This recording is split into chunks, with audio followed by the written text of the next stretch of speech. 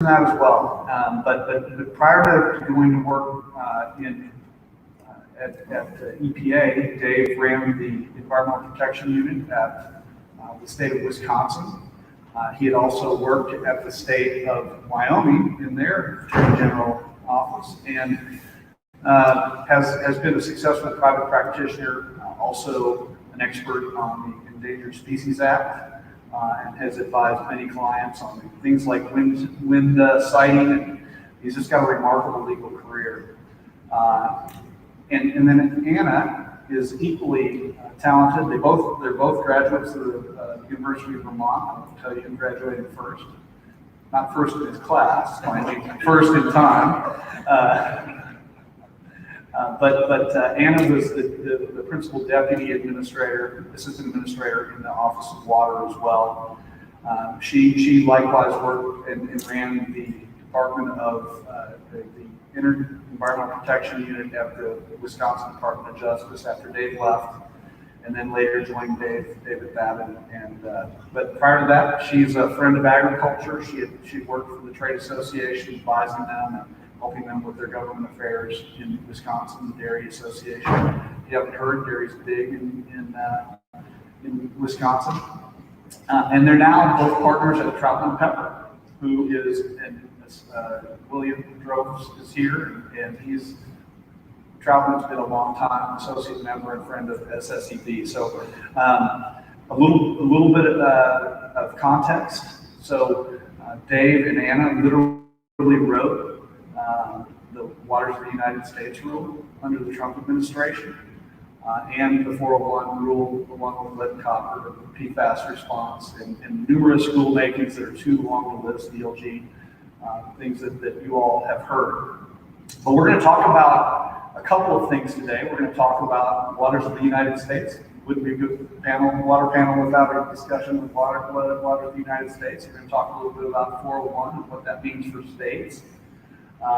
This new phenomenon of Maui versus Hawaii wildlife that should scare states, and the idea that groundwater may be regulated under the Clean Water Act.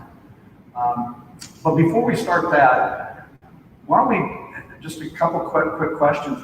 Dave, what are the things that you're seeing that are different, that may be something they haven't heard of, like Waters of the United States? Well, hey, thanks, Ken. Thanks for the introduction. And if you guys have noticed, Ken has been up on the stage a lot, right? Your service to this organization, to this conference, your service to the state, and your service at EPA were remarkable. Just because you care. And if you guys were there at dinner last night, it was clear that Ken cares. And so I just want to start with all of us giving Ken some amazing appreciation. So.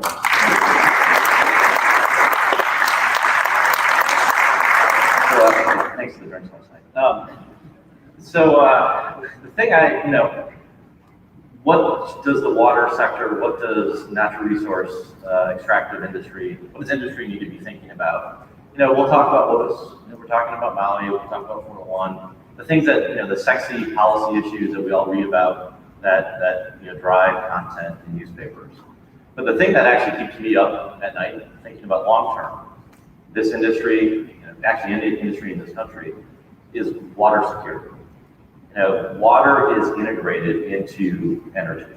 It has been, and it always will be. We had a great luncheon conversation with the hydrogen producing truck company yesterday at lunch. And I noticed that their production facility for hydrogen, which takes water, is located in Arizona. That is a water-stressed state. What's happening right now in the Colorado River, in the Trump administration, we had that early on, the first couple of years. We almost had a call on the river. We are now in a call on the river status. And so as you're thinking about, where you run your businesses, how you're developing, whether or not it's renewable uses water, solar uses water, hydrogen uses water. Obviously, the focus has always been on nuclear uses water, coal generating power plants, water. Water is there, but if we don't think about it, if we don't start thinking about where our water is going to come from, both from a water quality standpoint and a water availability standpoint, we're not thinking about water security, and that really is a business risk going forward for you all. And so, one of the things if you ask what I'm most proud of at EPA, we did a national water use action plan. We formed the water sub-cabinet that got the 7 major federal agencies together, focused on water, big federal budget, trying to do integrated water planning for the United States, and water sector workforce. Those 3 initiatives are 3 initiatives that the Biden administration hasn't overturned. They've pretty much overturned everything else I probably worked on. Those 3 things, they can't trumpet them because we're not supposed to get along. But those 3 things, that executive order is still in play for the water sub-cabinet, the National Water Use Action Plan, where produce water, and the oil and gas play is very important. Those things are a foundation for what water looks like 10, 15, 20 years from now. And my number 1 message to folks when I talk about is you're not thinking water without your ESG disclosures. That's coming. It's not just climate, it'll be water. But if you're not thinking about water security, you're missing a major business risk. So the thing that keeps me up at night is water security. And I think that also goes into maybe what some of the things that you're thinking about as well, Anna. Yeah, no, I fully agree with everything that they said. The other thing that keeps me up at night is not knowing what all the agencies are doing behind closed doors. And so I came across a couple of pretty significant rulemakings that EPA is pursuing right now that they're not getting the attention, that the WOTUS or the 401 or the many other, methane rules are getting in the press, but they're really important. So I'm going to share them. I'm going to go a little bit into the weeds on them right here so that folks can get a sense of what they are. But there are 2 rulemakings that EPA is pursuing right now that could really change the way that the Water Act is administered in certain parts of the country where there are tribal interests. And so just for context, both of these rulemakings are in the water quality standards space. And if you don't know what that is, water quality standards are established by states and tribes with TAS, with treatment as a state status. They're used, these standards are used to evaluate water quality, impaired waters, are identified for watershed planning tools that are based on those water quality standards. Effluent limitations from discharge permits are based on water quality standards, and so are certifications under 401. So water quality standards world really kind of permeates every aspect of the Clean Water Act you can think of. And so these 2 rulemakings that EPA is undertaking right now, one would really change the way states establish their water quality standards. And the other would establish sort of these baseline water quality standards on all tribal lands. Together, they might have a really significant effect, like I said, on the Clean Water Act's administration across the country. I'm going to go a little bit deeper on both of those rulemakings and then see if you guys have any comments or questions about it. But the first rulemaking would require states to protect tribal reserve rights as the states developing statewide water quality standards. So where there are tribal reserve rights, the state's standards have to be protected. What does that mean?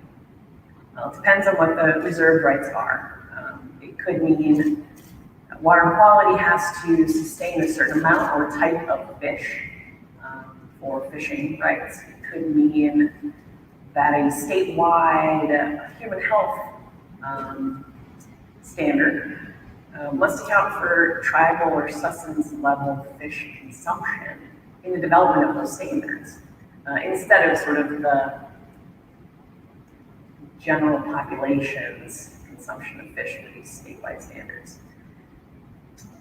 And at the end of the day, it gives EPA a role to approve or disapprove how the state has decided to protect those rights. So that's a significant new area where EPA is going to have a lot to say.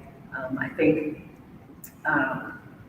EPA went down this path a few years ago on a state-by-state basis in Washington State and Maine. You may have heard about some of these things in Idaho as well. By now they're pursuing it as a national rulemaking where every state where there may be tribal interests has to account for those reserved rights in some way. But again, that was in the details though, on that one. The second rulemaking is baseline federal standards that EPA wants to promulgate that would apply on all tribal lands that don't have their own treatment as a state program. They're federal water quality standards, not tribal water quality standards. So EPA will administer them. EPA will evaluate whether tribal waters are impaired. EPA will develop TMDLs or watershed planning tools for those impaired waters on tribal lands. EPA will establish effluent limits and issue certification based on these baseline water quality standards that are now applicable on all tribal lands without a TAS program. That's pretty significant as well. I think the EPA has been frustrated over the many years that more tribes haven't picked up their TAS programs, that more tribes aren't doing their own administration. And instead of pouring resources into those tribal programs, it's going to just become a federal program that EPA runs. And so those two rules flying totally under the radar. EPA's already completed tribal consultation on them. They wrapped up consultation 2 weeks ago.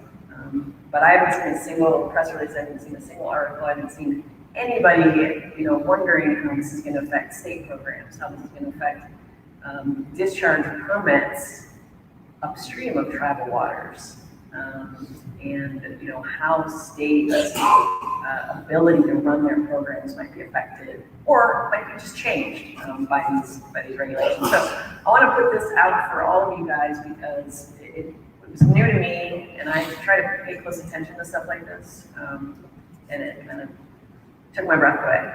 And so when we're talking to folks who are running businesses and running state programs where there are tribal interests, this is going to be a big deal and two very important rulemakings. EPA is planning to propose in the spring of next year. So just keep it on your radar. When I think of all the tribal treaties that underpin the history of Oklahoma, 39 federally recognized tribes, all of which had treaties at one time or another that had some, and in many cases, multiple treaties, as we've seen. It really could have a profound effect on how a state promulgates their own water quality standards. We know these waters flow through patchworks of jurisdiction in those states that have tribes, and so you can have one set of standards one place and the federal set and the up and downstream impacts are going to be important. So one thing I want to mention is Anna and I, when we were analyzing issues in Washington, in Idaho, and in Maine, some of this law had been developing through guidance and through individual decisions. And so, set aside whether or not there's the right answer, the wrong answer, the policy choices, just set all that aside and just from a lawyer, how do you impact regulatory change? You got to get through rulemaking. And so, we gave the career staff at EPA some pretty simple guidance. If you want to accomplish this policy objective, you need to go through rulemaking. And that is what we're seeing right now, which is they're doing it right. They're doing the process. It's quiet.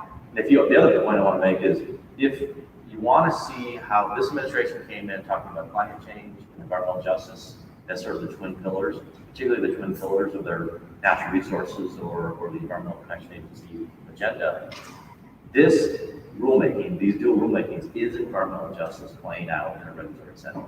A lot of the lawyers, we all bang your boxes with blogs, and newsletters, and alerts, and you get way too much information in your inboxes. This one's quiet, right? We're all writing about what environmental justice might look like at EPA. This is environmental justice translating over to a regulatory issue through a rulemaking. And so the interesting thing is they're doing this pretty quietly, which is, I suspect, they would prefer to get this pretty mature and out to proposed rulemaking before they start getting, questions raised by states or regulated entities. But this is environmental justice playing out in a regulatory setting in a very concrete way. All right, now that we've sufficiently scared you, we can talk about something slightly less scary, which is not true. The Waters of the United States rule, and this is a topic that is not new to this crowd. We were talking about it 4 years ago in Charleston. They've been talking about it for 4 years before that. You've lived it for many, many years, both as a practicing lawyer, a state fighting it, and a lawyer writing it. What is the exact state of the Waters of the United States rule that the Trump administration put forward, or even the Obama rule? Well, so the law of the land right now, at least according to EPA, is the regulatory program that was in place before the 2015 Obama Clean Water Rule and before the Trump administration Navigable Waters Protection Rule. The law of the land right now is the 1986-88 regulatory regime that had been amended through Supreme Court precedent, also through the famous Rapanos guidance, the Swank guidance. So we are back to the system that we're operating in from the 1980s, 90s, and through the mid 2000s, where the significant nexus analysis, Justice Kennedy from the Rapanos decision, that's back in play. When we wrote the Navigable Waters Protection Rule, we did potentially anticipate a loss in the district court. And so we did breathe life back into some of that early guidance documents that industry, at least, it's a playbook that they know how to be regulated by. So the law of the land right now is the 86-88 regime. The Obama rules off the books, Trump rules off the books. And the litigation may still have something to say about that. Back to square one and waiting on the courts. Is that fair? Yeah. Anna, what are some of the things that we can anticipate from a new rule? In the Waters of the U.S. space? Yeah. It's a great question. You hear the administration talk about wanting to find something that's durable. I've actually heard more talk recently about just codifying the 86 regime that's been in place through guidance over the years. So, if they really want to do it right, maybe there's some space there in the middle, but I think there's going to be just so much pressure from stakeholders to go above and beyond, to go to a place that may not be durable. So I think if they want to really set their mind to it, they can probably do something that would stick in the court, but it's very, very challenging in this political environment. It was for us. You were criticized for not going far enough. Yeah, both directions. Yeah. Right. So I was aiming at the property rights group really not being happy with what I proposed or what we wrote. The ENGO community really not being happy with what we wrote, and the regulated community being mildly disappointed. Right. I was aiming for mild disappointment as a measure of success. That is a really weird space to operate in, but obviously I'm biased. But we really did try to find a middle ground. The Navigable Waters Protection Rule, it regulated all intermittent waters. The regulated industry, a lot of folks in this room probably aren't really happy with that, right? I drew the line at ephemeral versus intermittent because that was a very clean line. You could implement it out in the field, and I felt very strongly that ephemerals were to be regulated, if at all, by the states. And that's one of the great fallacies of this debate is if the federal government doesn't regulate, all hell breaks loose. We forget that there are 50 states out there with mature programs, amazing staff at each individual state that regulates. They know the resources best. And so we focus on sort of rebalancing, reframing, that power relationship between the federal and state government. I think what's going to happen now is the Biden administration is talking about trying to find durability and balance. But I would expect them to go back to regulating ephemerals, if not all of them, at least most of them. I think they're going to feather jurisdiction back out in the watershed. So the isolated ponds, the isolated wetlands that were theoretically somewhat in play under the 86-88 regime, definitely went all in under the Obama 2015 rule. Those are going to come back and play. And I think Anna's right. How do you create durability? Politically, they're not going to be allowed to do that. right? They're gonna say the right things right now, that they want to do a middle ground between the Obama rule and the Trump rule. But if they're gonna start with a baseline, and they're gonna start writing from something, are they gonna start from the '86 regime, which was kind of hard to implement, and quite frankly, needs Supreme Court precedent to overturn some of the right text? Are they gonna start with our rule? Well, no. They've already stated they're not going to. So I think they're gonna use the 2015 Obama administration rule as its base and go from there. Then the question is, can they restrain themselves? I was working for the state of Wyoming and then the state of Wisconsin, helping lead the 31 states litigating against the 2015 rule. And it really wasn't all that hard to try to shoot that down because they extended beyond what I thought was statutory authority. The question is can this administration show restraint? It'll be interesting to watch that play out. I do want to make a point, and Scott Thompson, my DEQ director, and Rob Singletary, his chief of staff, and our former general counsel are here. Not only do we have strong programs in the state, but we actually implement the programs for the federal government. And I think that gets lost in this shuffle of, oh, if the federal government's not, we're just walking away from these streams. When in fact, that same federal government entrusts states to implement those programs. And I think that gets lost a lot of times. I think the political pressure point is also a great one because you felt it. I mean, it was from a different direction, but that you weren't doing enough. And I think that's the real harm is we don't get the opportunity to sit down and say, okay, let's all get uncomfortable and get something that states, tribes, the federal government, industry, NGOs all know the law.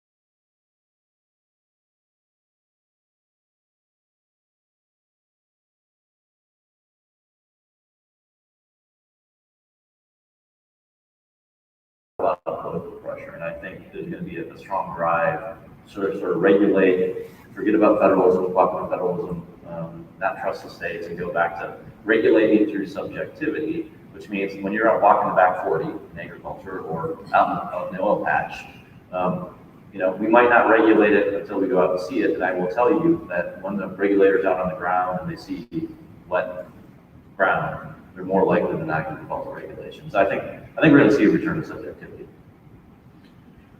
So we've talked a lot about states and tribes and even water quality standards. And Anna, you went and you were responsible for the writing of the 401 rule that was issued under the Trump administration.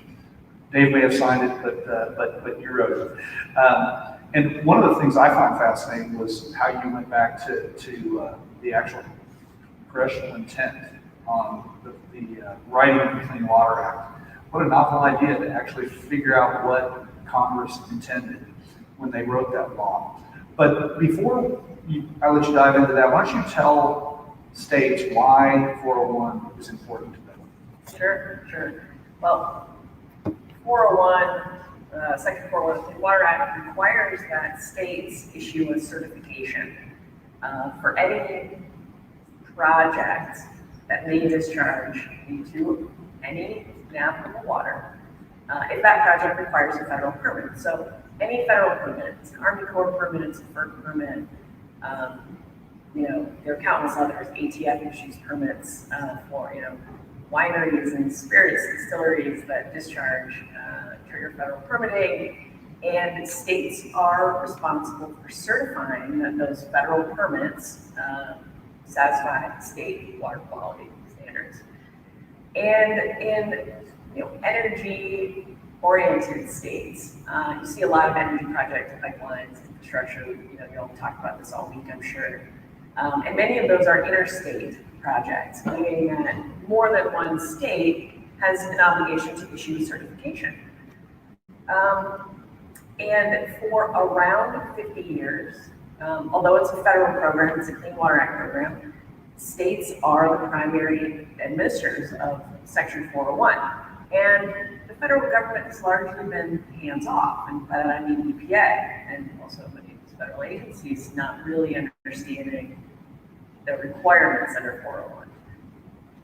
So with EPA being hands-off, for many, many years, states have developed their own programs, their own procedures, their own substantive requirements, and so it's really a patchwork from state to state. So when you have something like a multi-state pipeline project, for example, you might have 4 or 5 different procedures, 4 or 5 different substantive requirements, all that are supposed to meet the standard of Section 401 certification.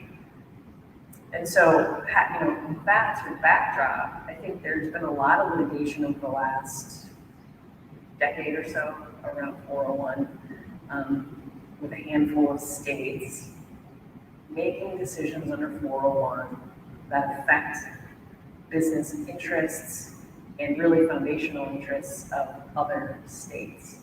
And so, the 401 rule that we developed was really intended to try to set a standardized approach for 401 from state to state across the country, so everybody knew the rules of the road, right? Going back to the rules of the road, which is what Dave was just talking about in Waters of the United States, you start to pick that apart, and you're really guessing, well, what am I gonna have to go through to get my permit, to get my approval, my certification in this jurisdiction, and what does it look like in the next jurisdiction? I want to put some context around that from the state perspective. And this is in conjunction with Rob and Scott from DEQ. We issue these certifications all the time. It could be a highway project, it could be a pipeline. For Oklahoma, it's traditionally a 60 to 90 day process. So I think that's important context when we talk about some of the things that you did. And tell this crowd about kind of that nuance that if the state just doesn't respond, what happens? Because it's a really interesting loophole from a lawyer's standpoint. Not from the company who's trying to get it done. Well, so the Clean Water Act requires states to act on a certification request within a reasonable period of time that's not to exceed 1 year. Under the statutory framework, if a state fails to act on a certification request, then the requirement for certification is waived. And so a state, if it doesn't act timely, loses its opportunity to certify a project. And in the certification process, the state is given the opportunity to add additional conditions to ensure that your water quality standards are complied with. And so, Ken, you're talking about 60 to 90 days as the state of Oklahoma's standard operating. Some states take the full year, some states take certain actions to maneuver and get more than a year through either a coordinated scheme with the applicant to sort of delay that ultimate certification decision. And then again, some states just either purposefully or inadvertently waive that certification and miss that opportunity altogether. And Dave, what are some of the consequences, the reason the 401 rule was important to write? Well, there were a couple of fairly significant policy drivers that actually got mentioned, both of them, in the governor's panel yesterday. And when I was sworn in and I was called over to the White House and said, hey, we've got this terminal out on the West Coast, we've got the pipelines in New York, and we're understanding that states are able to hold up these really critical infrastructure projects. And having worked in Wyoming at the time that there was a war on coal, and I saw the tax base, or the natural resource extractive tax base, directly implement whether or not they build schools or not, including my kid's school. It was supposed to be reconstructed, and then it immediately was taken off. It was about Wyoming getting, at a high level, about Wyoming getting its coal overseas, right? Or getting some additional natural gas resources inside New York. But those were the major infrastructure, but they were, really illustrative of the overall underlying issue in 401, which was the lack of certainty, right? So the lack of certainty in the process. Not really understanding the rules of the game, and then raises some fairly significant big ticket questions about, what is the power of the state to be able to override based on water quality? Certainly, the Clean Water Act, that's what it is, the Clean Water Act.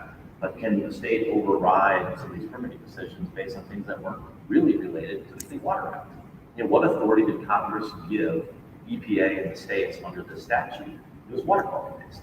But in some of those denials, the Washington case, the New York case, it was really more related to, climate change, whether or not it was technically the war goal. And so what we, this is interesting, we were accused, one of the reasons why I was hired for my job is I worked for 2 states, believed strongly in state power, and was, really was focused on rebalancing that relationship between the federal and state government. In the 401 space, I was rebalancing away from the states a bit, and I were really focused on what was the framework that Congress intended, what's the way this is supposed to work.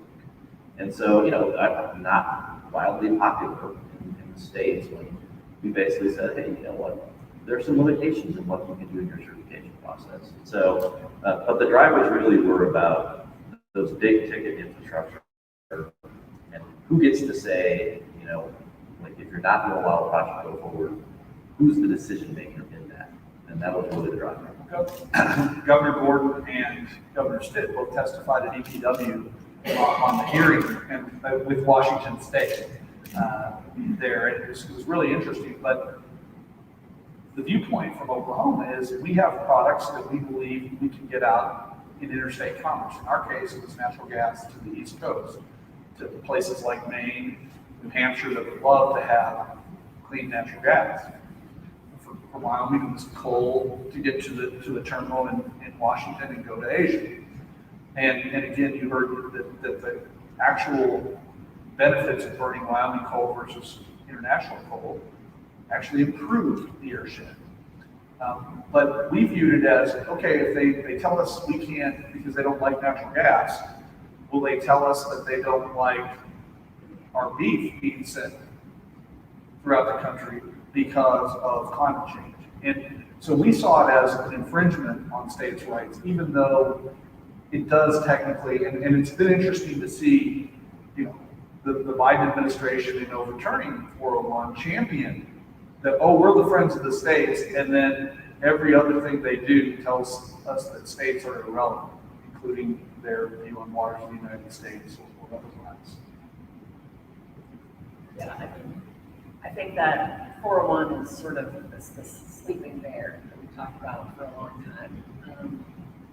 For decades and decades, it was just sort of, it was either a quick process in most states, in most cases, and then we started paying attention to it. And now it's a pretty effective weapon to drive policy. And if EPA needs to rewrite, expands the scope of what 401 and the Clean Water Act was intended to regulate, then it can become a very close weapon for all sorts of industries and interests. And so what we really try to do is cabinet, keep it tied to water quality, keep it tied to the state's water quality standards, really, which was a driver. If you read congressional history on it, they wanted to make sure that the federal government, through its permitting process, couldn't run roughshod over state water quality standards.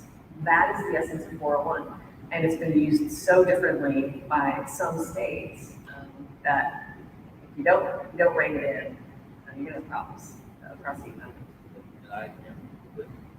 401, it has risen in prominence, and it really is going to be a significant issue over the next decade.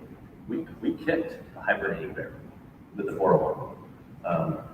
When I walked into the building at EPA headquarters, I might have doubled the 401 knowledge in the building. There's some out in the regional offices. One of our last calls on 401 as we're going through the nationwide permitting, the Army Corps of Engineers 404 nationwide permits, and having to run through the 401 certification for that. We have 50 to 100 people on the phone call across the country. EPA staff. EPA staff. Yeah.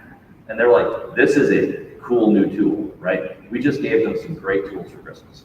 And so, should we have done the rulemaking?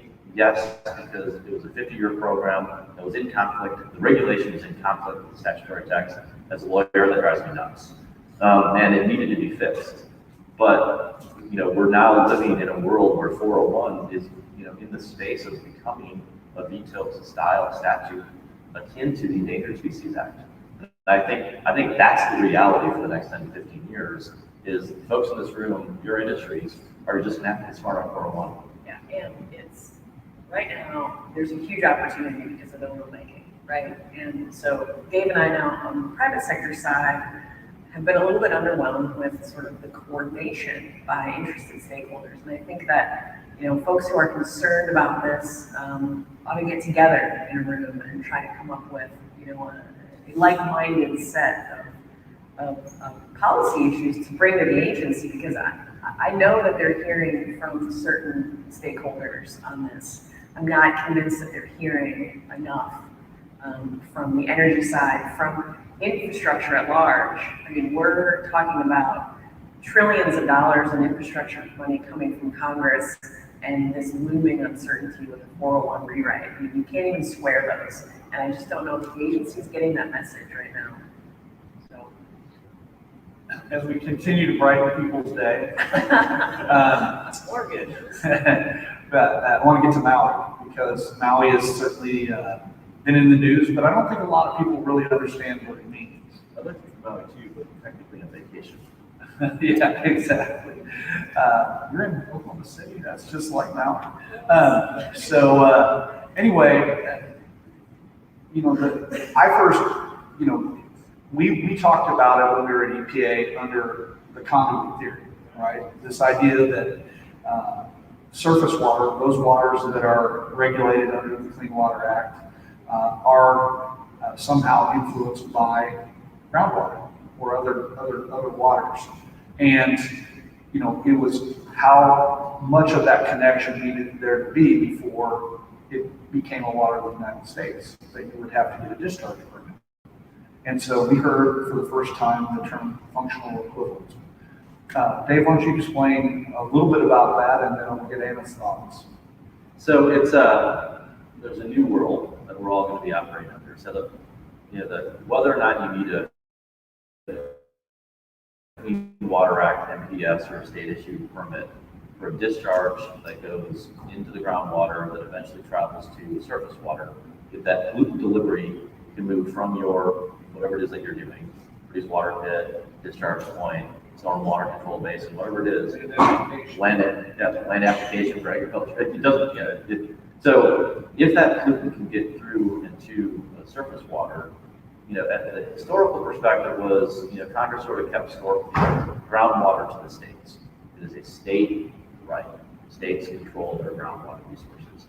It's always been a little bit of a question, but the Supreme Court last year, even though it was a conservative court, the Supreme Court ruled in the County of Maui that you can require federal Clean Water Act permits for discharges to groundwater that eventually travel to surface waters if they're the functional equivalents of a surface water discharge.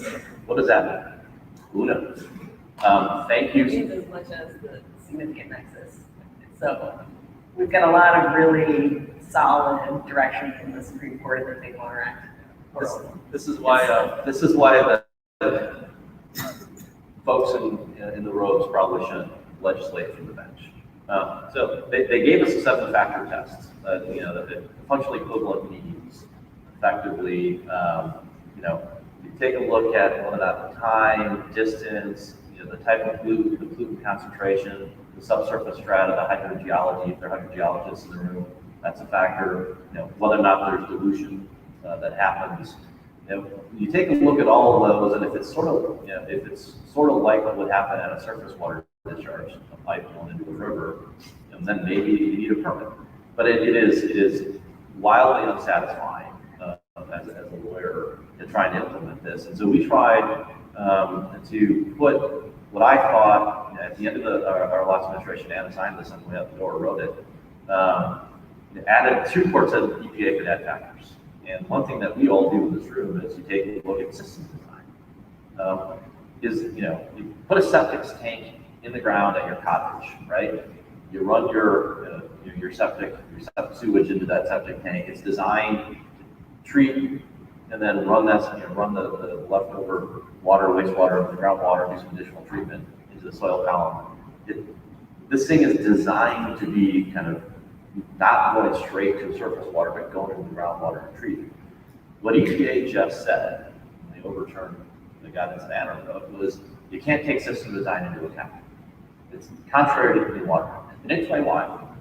They didn't tell us what the law is. They just said it's contrary to the Clean Water Act, can't take system design into account. So that we were basically trying to say, if you design a system to be able to kind of take advantage of the hydrogeology to treat the water, that is no longer relevant in whether or not you need a permit. That is opening up Pandora's box to permitting. Yeah. I mean, all of the factors that the Supreme Court actually outlined, it's a non-exclusive list of 7 factors. The court was very clear. There may be other factors. And the reality is, from a permitting perspective, you really do look at the facility design and operation first, and because it does affect every one of those other factors that the court raised. And so we started to try to just put it into a practical context for permit writers at the state level and at EPA, and for the regulated community to understand how these factors work within this long-standing program. And EPA said you can't. And they said this factor is inconsistent with the Supreme Court's decision, which there's also no basis for that conclusion. So the frustrating part about Maui right now is that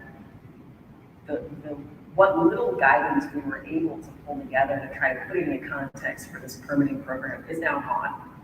And what is left is a total vacuum where more folks and roads are going to be opining on very technical, very complex issues. And nobody knows what the rules of the road are. So, strike 4 on the rules of the road. There's just no way to find regulatory certainty in this space right now. Again, going back to that state perspective, the states have and tribes have almost always exclusively regulated their own and administered their own water rights to groundwater. Is Maui a threat to that right of the states?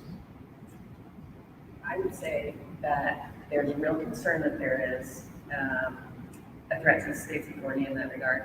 The EPA's rescission of the Maui guidance also contained a very clear statement that the state's groundwater protection program does not determine whether an NPDES permit is also required for a discharge through groundwater.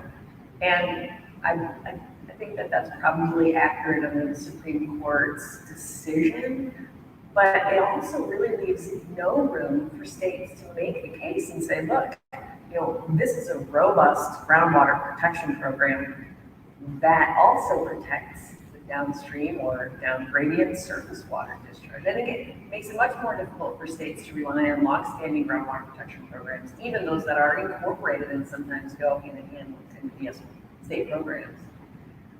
It's just sort of a different dynamic to try to find your way through to get EPA to agree with the state's position on one of these things. Yeah, I agree. I think it's, is it a risk to the water rights folks? You get to decide, who gets to use the water in what volume and what amount, right? And EP will say, on states' rights over the groundwater. We're just talking about the quality of it. But the EPA folks really haven't worked in or understand the state intersection there. They just look at it fairly sort of black and white terms. It's this isn't about how much water you can use. This isn't about whether or not you get to regulate the quality of your groundwater. This is just your groundwater's flow through from what we get to regulate.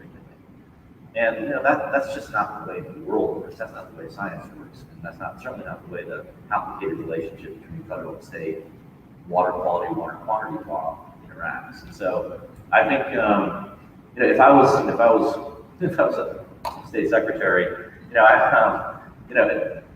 up until a couple of weeks ago, what I would have done is try to get some clear guidance to my permitting program on how a state delegated program sees when you need permits under your delegated program.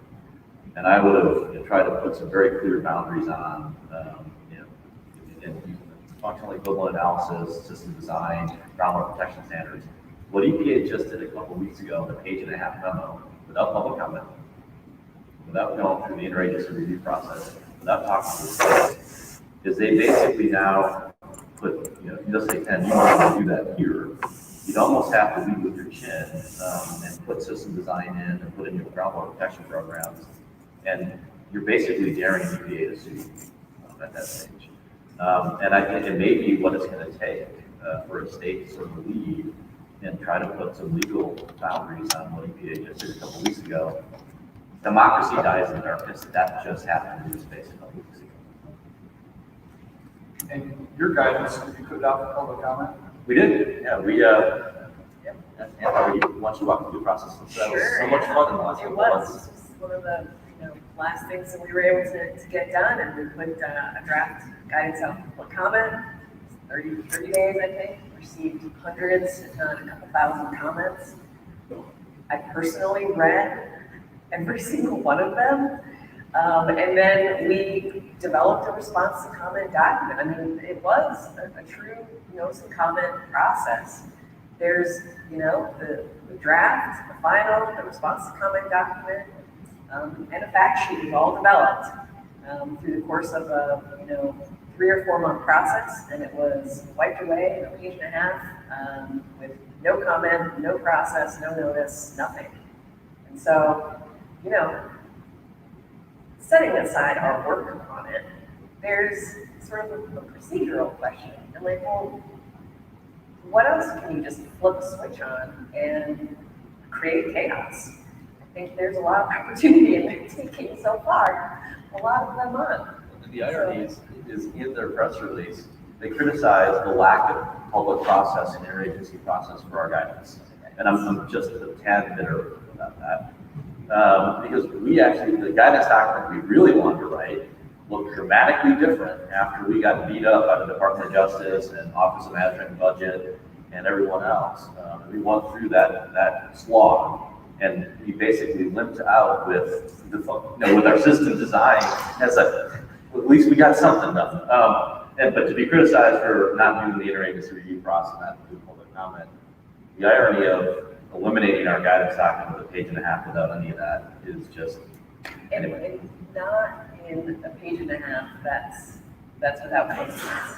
There are legal conclusions in that document that are going to have effects on programs across states. And so it's difficult. It's a difficult environment right now. Well, now that we've literally given you guys some really good news to take home to you and take to your lawyers and talk about that, I'd love for you we're out of time, but I'd love for you to give these two true experts a hand.